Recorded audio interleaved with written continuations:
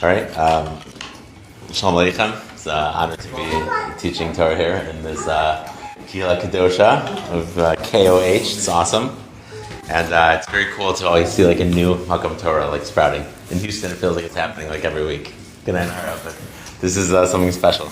You know, if any project Rabbi Jackman's going to get his hands into it, it's going to be something that's kadosh, that's pure, that's beautiful, that's filled with Ahavas Yisrael. Stop. Okay. So, anyways, I've been speaking on a podcast that I shared recently a lot about a topic, in preparation for the 9 days because it's like so rich. In Eicha, there's an interesting flip that happens in the Psukim. If you follow along, so this Eicha has the Aleph phase, it goes in that order, and then the Ayin and the Peh, Ayin and the Peh are flipped. In a lot of places in Eicha. I think one parak it's the same, I think, and the other ones they flip. And so Chazal jump in and say, Hikdimu Peh la'ayin, that Klal Yisrael put the mouth, the Peh, before the Ayin, before the eyes, right? Like the letter Ayin. And there's a lot of depth to that idea. And on a simple level, what that means, right, is that when you're processing something, if you make a decision about how you're going to speak before you've actually processed it, you didn't take it in first, right? The Einaim are about taking in, the Peh is about sharing, right? If you talk about something before processing, before seeing it, the MS, to really like get what's going on. So that's where like things like sinas chinam, where danger, where hate, where hurtful things, where lashon hara is spoken. And so the ayin is the gifts that Hashem gave us to take something in first. So just from like the science perspective, there's something it's unbelievable if you look at the process. So you walk outside, you open your eyes, and there's millions of photons, these little packets of light that go through this tiny little pupil of yours and hit the retina. And this image is formed of like it's sent to the back of your brain. Your brain flips the image, and in a split second, you get incredible amounts of information: who it is, how they're feeling, their smiles. Like if an actor was to try to like change the way that or just a regular person trying to lie, and they're expert liars, right? And you have this like camera that has like that you can break things up into like milliseconds.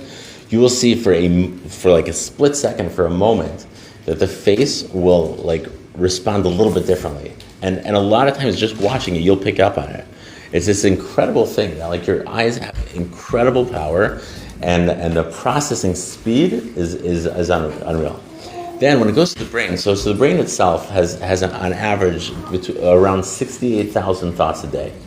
68,000 thoughts, right? So if you understand what that means, right? 68,000. If you divide that into 10, if there were 10 hours in a day, what would you get? You get 6,800 thoughts, right, in an hour.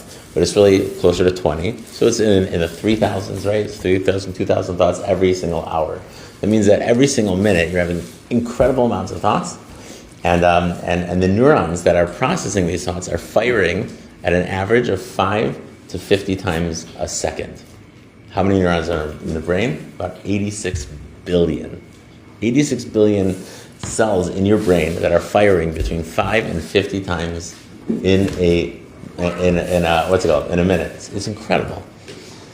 So this gift, right? This is the Chazal say that the neshama. Most people, except for maybe Rabbi Nachman, most like of the deeper sources will say that the brain lives in the moach. The neshama lives in the moach, in the mind.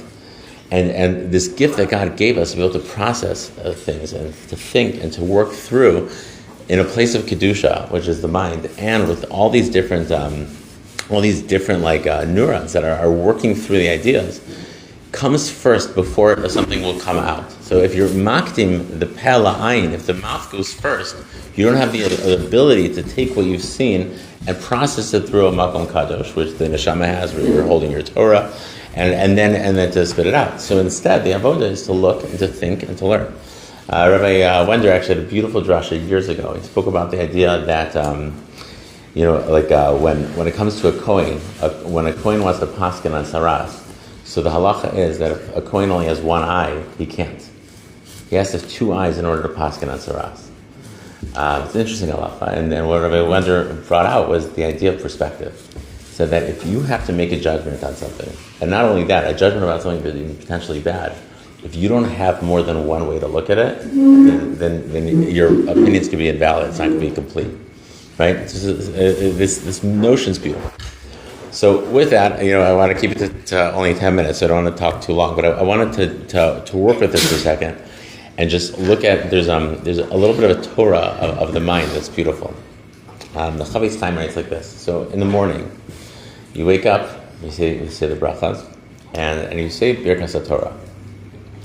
And he makes a comparison. If you look at the book that he says this in, it's in a book called Torah Sabayis, the Torah of the home. And the Chavetz Chaim says that when you talk about an object in the world, any object, and if you were to lift it up and say, this object belongs to the Beis HaMikdash, right? You're makdish, you're making it a hakdesh, and as a halachic status that's so intense, that's so powerful that, like, if someone else were to use it as if they're using something that belongs to the Beis HaMikdash, it could be a rock in your front lawn, and you can lift it up now, and your mouth has the ability to sanctify it in an incredible way. So if a mouth could do that, right, it could lift up a rock and say, this belongs to the Beis HaMikdash. And then when you use it, there are all these like punishments and penalties that come with it. So imagine what happens when instead of taking a rock, you say in the morning, Hashem, I'm ready to learn Torah. It says that the Jewish people are taking themselves and rendering themselves as the cloth, as basically the parchment that the Torah is going to be on. So when you think about Torah, when you teach Torah, when you learn Torah, you are the cloth of Torah, and you've rendered yourself that through the bracha, right? So we're seeing that the mouth and the mind, right, not only are they kadosh in the sense that we can process and say good things, they actually hold Hashem's Torah. So further that, so we say in the Gemara, it's a Gemara Megillah. It's really funny because people never know who actually says this. People say this famously. It's Gemara Megillah says, Kol ha'omer davar b'shem omro. If you quote the person who said something in Torah, maybe geula l'olami. You can bring geula to the world. And no one bothers to quote who it is that says that. The people who say it is Amar Rabbi Elazar, Amar Rabbi Chanina. If you want to remember, it's the same as in the Inkel Akenu, right? Amar Rabbi Elazar, Amar Rabbi Chanina. They have a whole set of things that they say in Megillah. And this in particular, right? So they say that if you say something in the person who said it, you bring geula to the world. There's something about the idea that if a person said a piece of Torah, the chiddush emanated from his mind, and then came out of his mouth. That it belongs to him. It's a piece of him, right? Like if you imagine, the Gemara talks about when Hashem took Moshe and brought him to Rabbi Akiva's shir to learn, right? When he was giving him the Torah, he brought him there. It's almost like there's like this sense that, like, in order for Moshe to get it, with the context of time and person and who he was and who he's asking for and the drush that he's giving, you can't fully grasp that Torah without the person that was part of it. If the Vilna Gaon teaches something, or the Lubavitcher Rebbe teaches something, right, or Rabbi Yisrael Salanter teaches something, there's a context of understanding of who they were that their word that their Torah is coming from.